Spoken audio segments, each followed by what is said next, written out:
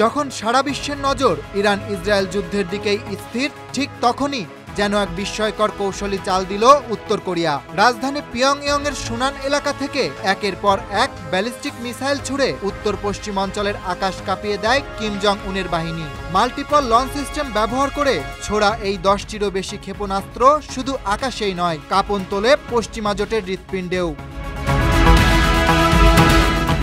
বিশেষত ইসরায়েল, যারা একাধিকবার ইরানের অভ্যন্তরে হামলা চালিয়ে যুদ্ধের আগুন আরও উস্কে দিয়েছে, তাদের জন্য এটা ছিল এক হঠাৎ বজ্রাঘাত। ইসলাম বিদ্বেষী সেই দখলদার রাষ্ট্র ও তার প্রধান মিত্র যুক্তরাষ্ট্রকে কিম অং জুন যেন জানিয়ে দিলেন, পূর্ব এশিয়াও এখন খেলায় নেমে গেছে।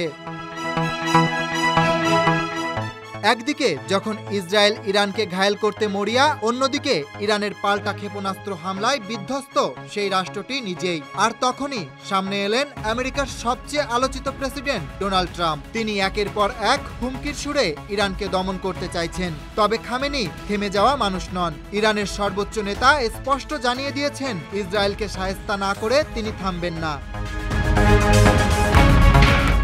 এই উত্তপ্ত মুহূর্তে ইরানের পাশে দাঁড়িয়েছে রাশিয়া ও চীন। আর সেই জোটে নতুন করে জোরালোভাবে নাম লেখালেন উত্তর কোরিয়ার নেতা কিম জং উন।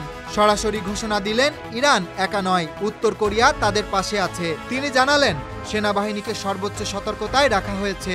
যুক্তরাষ্ট্রের আগ্রাসী নীতি সম্পর্কে তার দেশ সচেতন এবং প্রয়োজনে তারা প্রতিরোধ গড়ে তুলবে।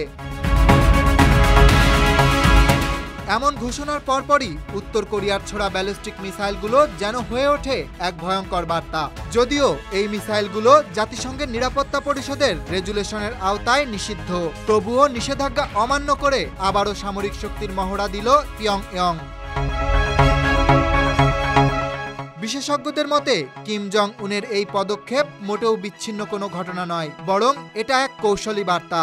ইরানে যদি সরাসরি হামলা হয়, তাহলে উত্তর কোরিয়া চুপ করে বসে থাকবে না। মিত্রপক্ষকে রক্ষায় তারা সর্বদা প্রস্তুত। পরিস্থিতি এখন স্পষ্ট, ইরান ইসরায়েল সংঘাত শুধু মধ্যপ্রাচ্যে সীমাবদ্ধ নেই, এর ছায়া পড়ছে পূর্ব এশিয়াতেও। এমতাবস্থায় বিশ্ব রাজনীতিতে এক নতুন মাত্রা যোগ করেছে কিম জং উনের এই ব্যালিস্টিক বার্তা।